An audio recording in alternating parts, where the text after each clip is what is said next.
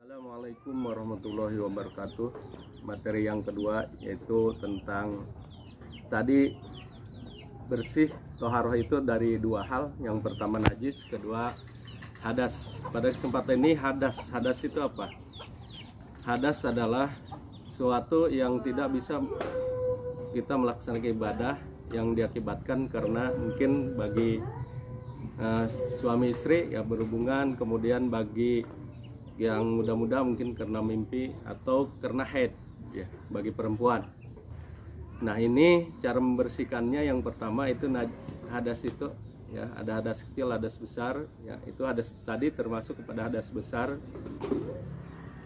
Bagaimana untuk melaksanakan untuk mensucikan badan kita dari hadas besar, yaitu dengan mandi atau tayamum ya. Jika tidak ada air kita bisa tayamum ya. Yang pertama kita dengan mandi besar.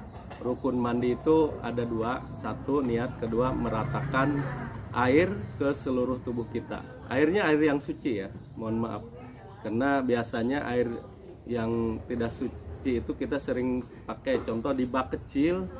Ketika mandi kita main guyur aja, kemudian airnya masuk tumpah kepada bak tersebut. Jadi airnya sudah mustakmal. Artinya air mustakmal itu air yang sudah digunakan, itu mustakmal. Ada suci tapi tidak bisa menjadikan suci kepada badan kita.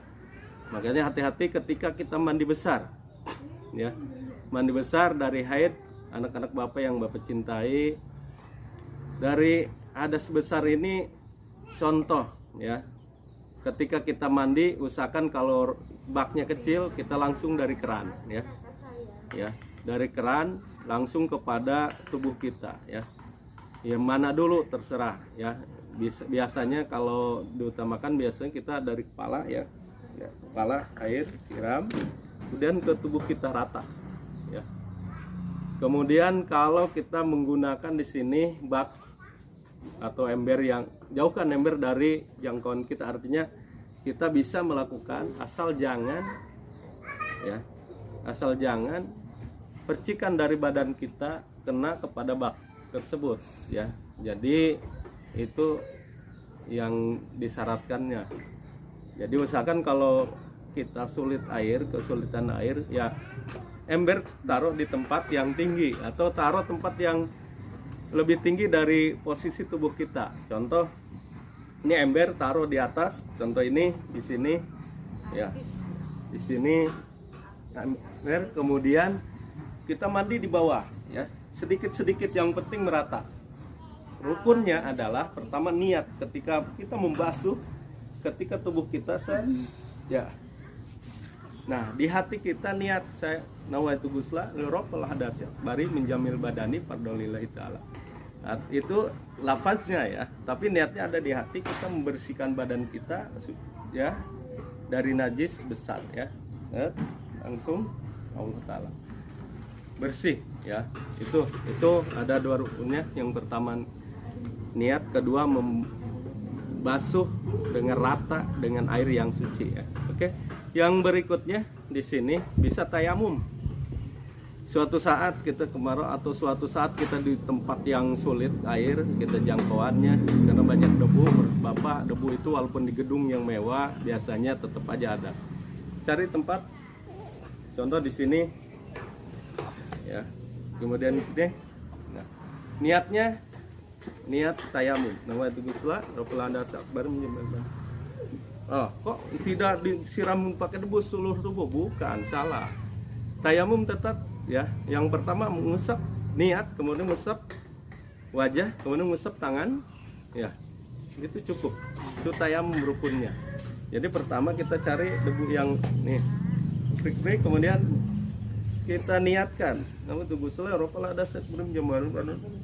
Ini untuk membersihkan najis karena tidak ada air ya. Najis, mohon maaf, hadas besar karena tidak ada air ya.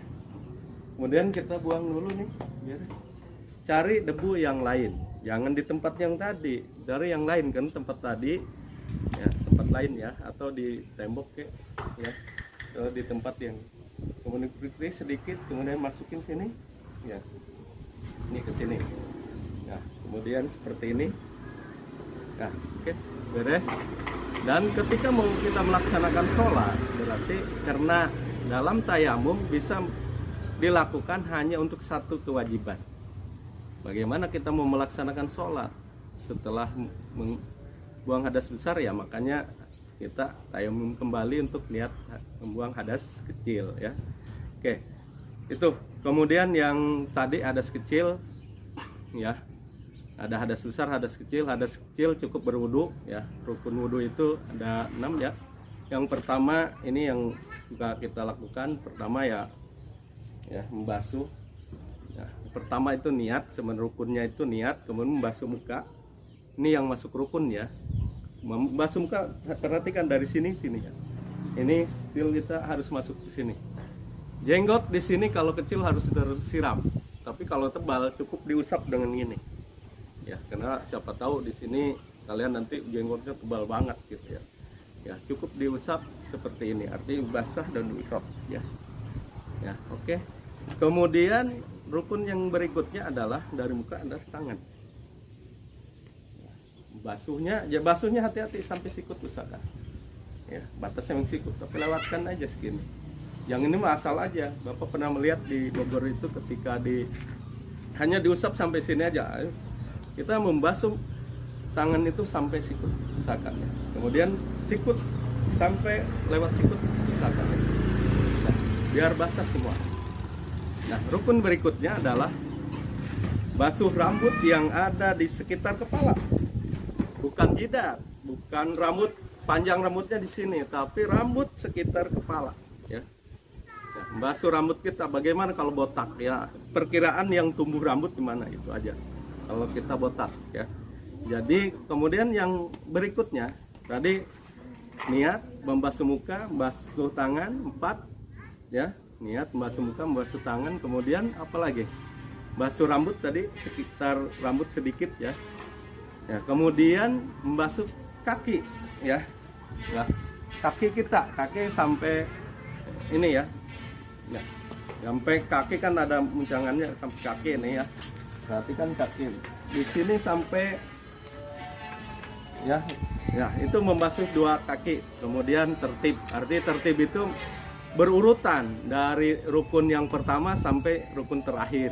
Artinya tidak bisa membasuh kaki dulu, kemudian baru membasuh tangan, itu tidak boleh. Harus tertib, itu artinya ada berurutan. Ini rukun ya. Rukunnya ada 6.